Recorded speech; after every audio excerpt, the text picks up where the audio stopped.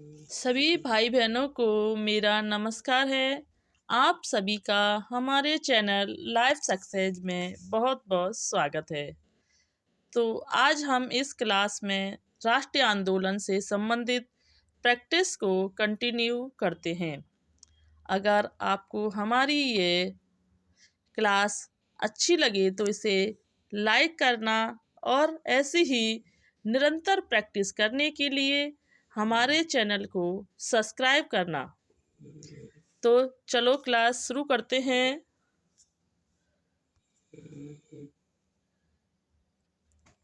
कि भारतीय राष्ट्रीय कांग्रेस के गठन संबंधी आंदोलन की किसने शुरुआत की थी?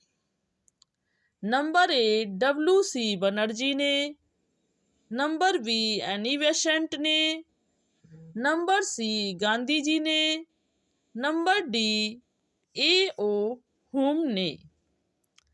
तो भारतीय राष्ट्रीय कांग्रेस के गठन संबंधी आंदोलन की किसने शुरुआत की थी? तो यह की थी AO हुम ने की थी।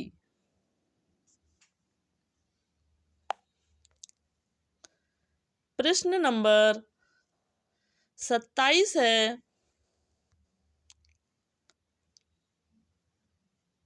कि भारतीय राष्ट्रीय कांग्रेस का पहला महासचिव था।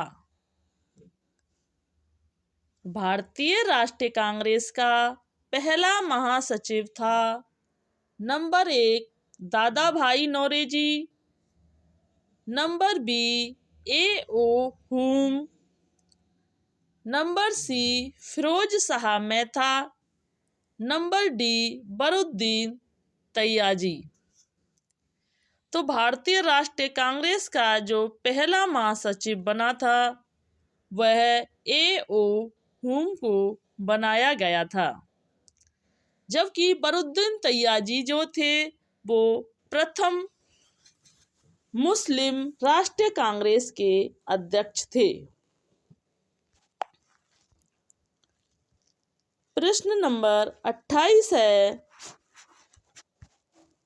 कि भारतीय राष्ट्रीय कांग्रेस के संस्थापक कौन थे?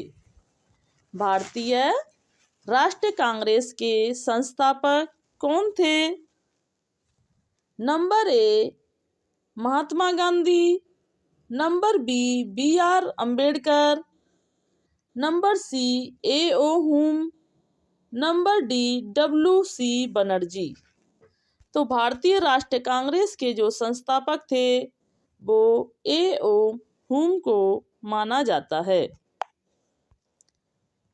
प्रश्न नंबर 29 है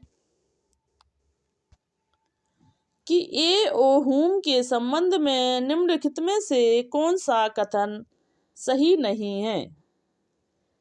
नंबर ए उसने भारतीय राष्ट्रीय कांग्रेस की स्थापना की, उसने कांग्रेस के वार्षिक सत्रों की 2 बार अध्यक्षता की, वह ऑर्निथोलॉजिस्ट था या वह भारतीय सिविल सेवा का सदस्य था। तो AO हुम से संबंधित निम्नलिखित में से सही नहीं है कि उसने कांग्रेस के वार्षिक सत्रों की 2 बार अध्यक्षता की थी। ये सही नहीं माना जाता है। जबकि उन्होंने भारतीय राष्ट्रीय कांग्रेस की स्थापना की थी, वह एक ऑर्निथोलॉजिस्ट था, वह भारतीय सिविल सेवा का सदस्य था।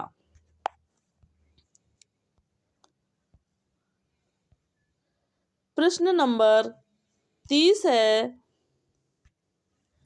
कि किस आंदोलन का नेतृत्व महात्मा गांधी ने नहीं किया था? किस आंदोलन का नेतृत्व जो है वो महात्मा गांधी ने नहीं किया था? नंबर ए भारत छोड़ो आंदोलन, नंबर बी स्वदेशी आंदोलन, नंबर सी असहयोग आंदोलन, नंबर डी सबने अवज्ञा आंदोलन। तो किस आंदोलन का नेतृत्व महात्मा गांधी जी ने नहीं किया था? तो वह नहीं किया था स्वदेशी आंदोलन। स्वदेशी आंदोलन का नेतृत्व महात्मा गांधी जी ने नहीं किया था। भारत छोड़ो आंदोलन जो है वो 1942 में किया गया था। असहयोग आंदोलन 1920, सबने अवज्ञा आंदोलन 1930 में हुआ था।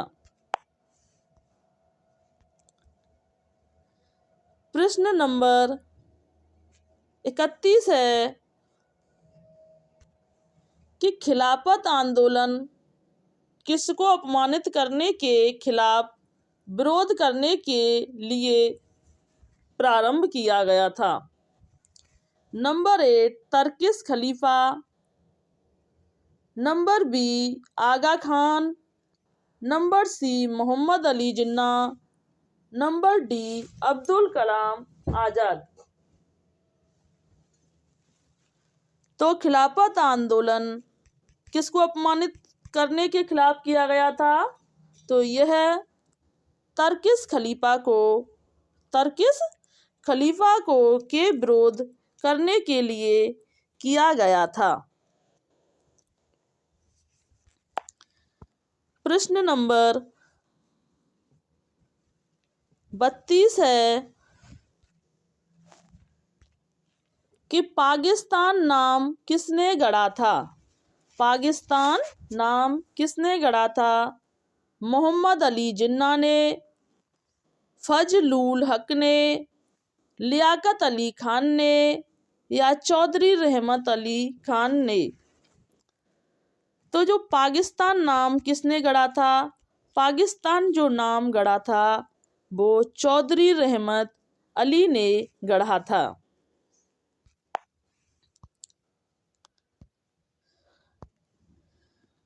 प्रश्न नंबर 33 है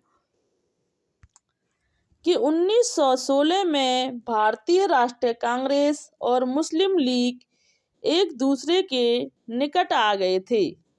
1916 में भारतीय राष्ट्रीय कांग्रेस और मुस्लिम लीग एक दूसरे के निकट आ गए थे। नंबर ए लाहौर में, नंबर बी अमृतसर में, नंबर सी लखनऊ में या नंबर डी हरिपुरा में? तो यह एक दूसरे के निकट आए थे लखनऊ में। कहाँ आए थे? 1916 में भारतीय राष्ट्रीय कांग्रेस और मुस्लिम लीग एक दूसरे के निकट आ गए थे 1916 में।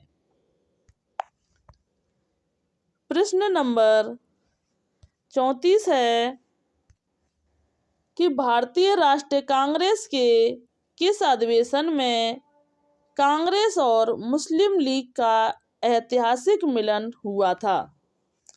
Number 1 Surat, number B Bombay, number C Calcutta, number D Lucknow. तो भारतीय राष्ट्रीय कांग्रेस के किस अधिवेशन में कांग्रेस और मुस्लिम लीग का ऐतिहासिक मिलन हुआ था? तो वह हुआ था लखनऊ ऐतिहासिक मिलन हुआ था।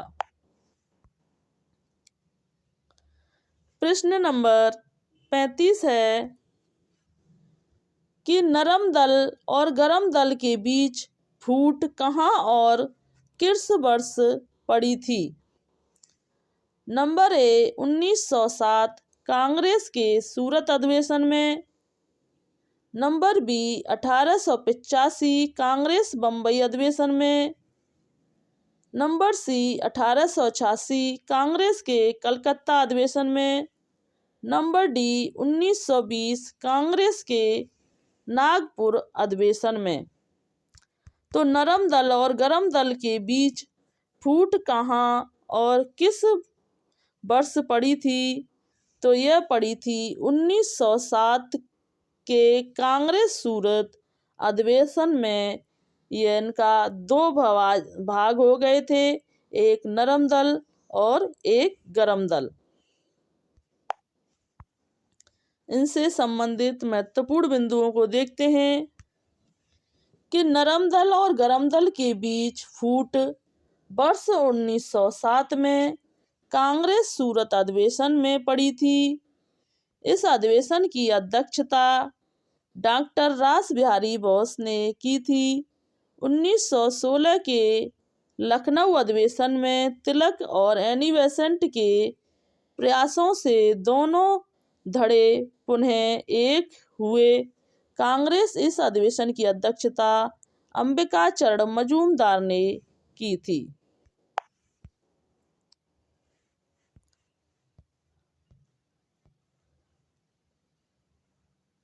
प्रश्न नंबर 36 है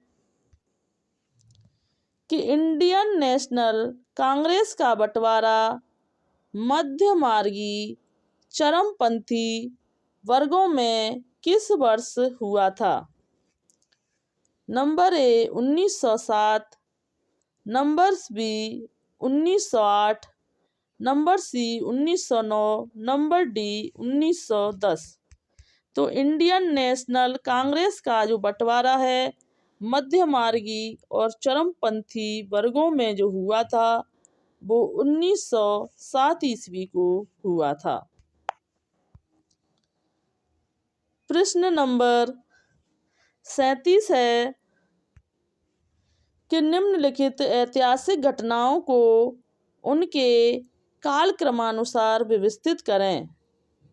नंबर 1 चंपारण सत्याग्रह, नंबर बी बंगाल विभाजन, नंबर सी जलियांवाला हत्याकांड। तो बंगाल सबसे पहले जो हुआ था बंगाल विभाजन जो है बंगाल विभाजन 1905 में हुआ था।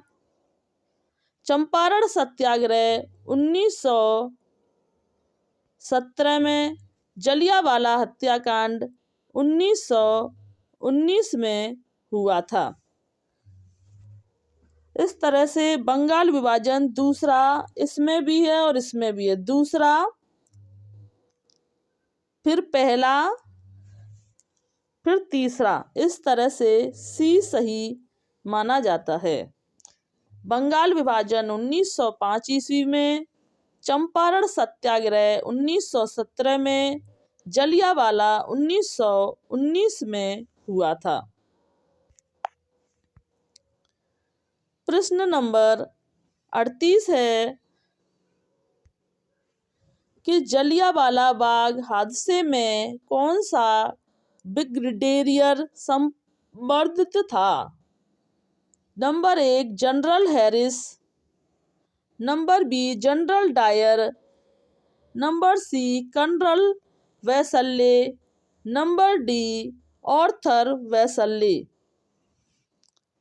तो जलियांवाला बाग हादसे में कौन सा ब्रिगेडियर संबंधित था? तो वह था जनरल डायर, जो है जलियांवाला हत्या हादसे से संबंधित था। जलियांवाला हादसा 13 अप्रैल 1919 को हुआ था।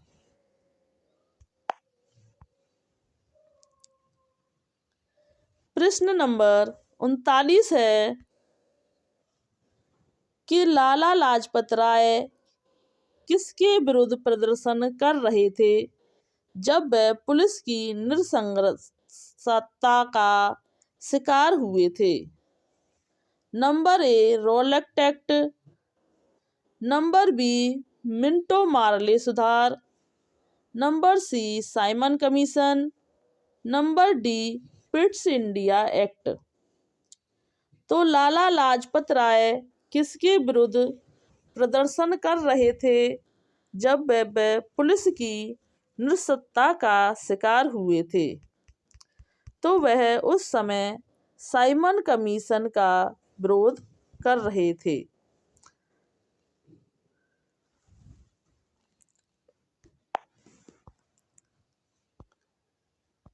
प्रश्न नंबर 40 है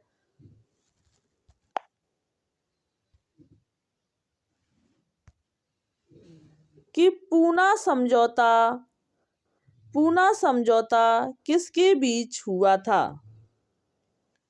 नंबर ए नेहरू और अंबेडकर, नंबर बी गांधी और अंबेडकर, नंबर बी मालवीय और अंबेडकर, नंबर डी गांधी और नेहरू। तो पूना समझौता जो है किसके बीच हुआ था? तो यह जो है 1932 में गांधी और अंबेडकर के बीच हुआ था। इनसे संबंधित महत्वपूर्ण बिंदुओं को देखते हैं कि ऐतिहासिक पूना समझौता 1932 महात्मा गांधी एवं भीमराव अंबेडकर के मध्य हुआ था। यद्यपि इस पर गांधी जी ने स्वयं हस्ताक्षर नहीं किए थे, बल्कि इस पर अंबेडकर और गांधी के अनुयायियों द्वारा हस्ताक्षर किए गए थे। 24 सितंबर 1932 को हस्तांतरित इस समझौते में दलित वर्गों के लिए पृथक निर्वाचन मंडल के स्थान पर सामान्य वर्ग के तहत सीटें आरक्षित करने की व्यवस्था थी। प्रश्न नंबर 41 है कि पूना समझौता महात्मा गांधी और किसके बीच हुआ था? तो जैसे कि ऊपर रिपीट हो चुका है, पूना समझौता वो महात्मा गांधी और अंबेडकर के बीच 1932 में हुआ था।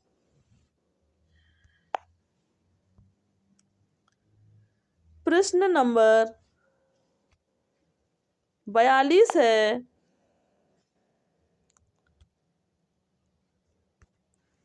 कि भारतीय राष्ट्रीय कांग्रेस का पहला अंग्रेज अध्यक्ष कौन था? Number A George Yule, number B William Wedderburn, number C A O. Hume, number D Henry Cotton. तो भारतीय राष्ट्रीय कांग्रेस का जो पहला अंग्रेज अध्यक्ष था वह जॉर्ज यूले माना जाता है, जो कि कांग्रेस का चौथा और 1988 में उत्तरी पश्चिमी प्रांत की राजधानी इलाहाबाद में हुआ था। जबकि तीसरे जो थे 1887 में वरुद्दीन तैयाजी प्रथम मुस्लिम अध्यक्ष थे और चौथे जॉर्ज यूले प्रथम अंग्रेज अध्यक्ष माने जाते हैं।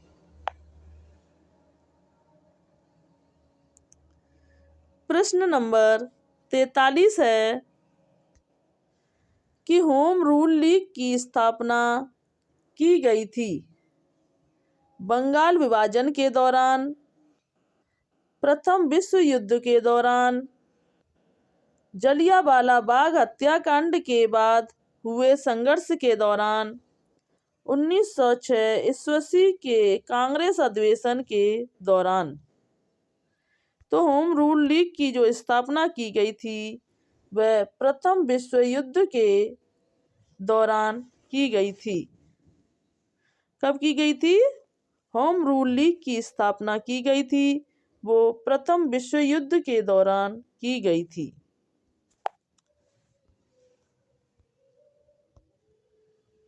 प्रश्न नंबर 44 है कि ऑल इंडिया मुस्लिम लीग की स्थापना किसने की थी? ऑल इंडिया मुस्लिम लीग की स्थापना किसने की थी? नंबर ए मौलाना अहमद अली ने, नंबर बी मोहम्मद अली जिन्ना ने, नंबर सी आगा खान ने, नंबर डी हकीम अजमल खान ने। तो ऑल इंडिया मुस्लिम लीग की स्थापना जो की थी वो आगा खान ने, किसने की थी? आगा खान ने की थी। इनसे महत्वपूर्ण बिंदुओं को देखते हैं कि 1906 में ढाका में अखिल भारतीय मुस्लिम लीग की स्थापना नवाब सलीमुल्लाह खां एवं आगा खां के नेतृत्व में की गई थी। प्रश्न नंबर 45 है कि मुस्लिम लीग की स्थापना किस वर्ष हुई थी? तो मुस्लिम लीग की स्थापना 1906 ईस्वी को हुई थी। प्रश्न नंबर 46 है कि विभाजन परिषद का अध्यक्ष कौन था? Number A M.A. Jinnah, number B lord Mountbatten, number C Jawaharlal Nehru, number D B.P. Menon. तो विभाजन परिषद का अध्यक्ष कौन था? तो विभाजन परिषद का जो अध्यक्ष था वो लॉर्ड माउंटबेटन को माना जाता है। प्रश्न नंबर 47 है कि भारत के राष्ट्रवादी नेताओं ने साइमन कमीशन का बहिष्कार किया था क्योंकि वह समझते थे कि यह एकमात्र दिखावा है। कमीशन के सभी सदस्य अंग्रेज थे। कमीशन के सदस्य भारत के विरुद्ध धारणाओं वाले थे। वह भारतीयों की मांग को पूरा नहीं करता था। तो भारतीय राष्ट्र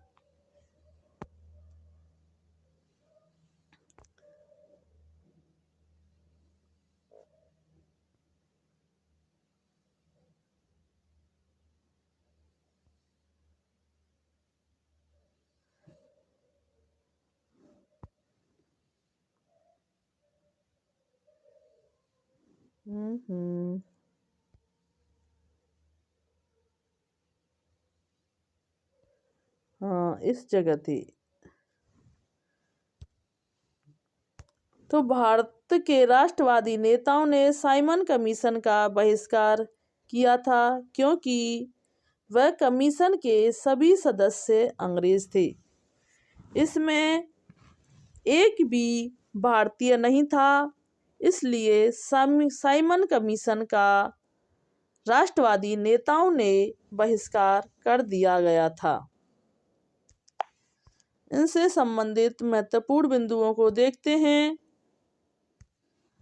कि वर्ष 1919 भारत सरकार अधिनियम की समीक्षा के लिए वर्ष 1927 में ब्रिटिश सरकार द्वारा साइमन कमीशन का गठन किया गया। इस आयोग के सभी सदस्य अंग्रेज थे। इसी कारण इसे श्वेत कमीशन भी कहा जाता है। किसको? साइमन कमीशन को श्वेत कमीशन भी कहा जाता है क्योंकि इसमें सभी अंग्रेज थे, एक भी भारतीय नहीं था। इस आयोग में किसी भी भारतीय को शामिल नहीं किए जाने के कारण भारत में इसका तीव्र विरोध हुआ था। भारत के राष्ट्रवादी नेताओं द्वारा इसका बहिष्कार किया गया। साइमन कमीशन 3 फरवरी 1928 को बंबई पहुंचा था। तो प्रश्न नंबर 48 है कि 1928 में भारत आए उस कमीशन का नाम बताइए जिसका उद्देश्य भारत की संवैधानिक व्यवस्था में सुधार करना था। Number A Rowlatt act, number B Pitt's India act, number C Bengal विभाजन, नंबर डी साइमन कमीशन। तो 1928 में भारत आए उस कमीशन का नाम बताइए जिसका उद्देश्य भारत की संवैधानिक व्यवस्था में सुधार करना था। तो वह था साइमन कमीशन 1928। प्रश्न नंबर 49 है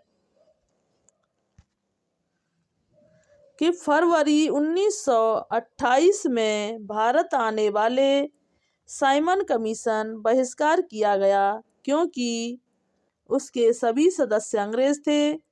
उसके सभी अनेक राष्ट्रवादी नेता बंदी थे। उसका अध्यक्ष सर जॉन साइमन बहुत अलोकप्रिय था या मॉन्टेग्यू चेम्सफोर्ड सुधार असफल हो गए थे। तो उसके जो सभी सदस्य क्या थे, अंग्रेज थे, उसमें एक भी भारतीय नहीं था।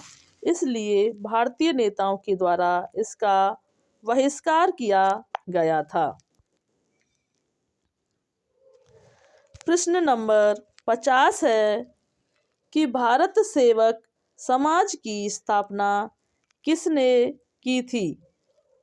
नंबर ए बाल गंगाधर तिलक ने, नंबर बी गोपाल कृष्ण गोखले ने, नंबर सी सुरेंद्र नाथ बनर्जी ने, नंबर डी दादा भाई नौरोजी ने। तो भारत सेवक संघ की स्थापना करने वाले जो थे वह गोपाल कृष्ण गोखले थे। इन्होंने भारत सेवक संघ की स्थापना की थी। गोपाल कृष्ण गोखले को गांधी जी का राजनीतिक गुरु भी माना जाता है। तो आज की इस प्रैक्टिस को हम यहीं समाप्त करते हैं। कल इसे फिर से कंटिन्यू करेंगे। वही डेली 2 बजे और हिंदी साहित्य शाम को 7 बजे हम निरंतर प्रैक्टिस करते हैं। यह एसएससी में पूछे गए बहुत ही महत्वपूर्ण प्रश्न हैं जो कि परीक्षा की दृष्टि से बहुत महत्वपूर्ण हैं। इसलिए ऐसी निरंतर प्रैक्टिस करने के लिए हमारे चैनल को सब्सक्राइब करें, लाइक करें और इसे अपने सभी बहन भाइयों को शेयर भी करें। धन्यवाद।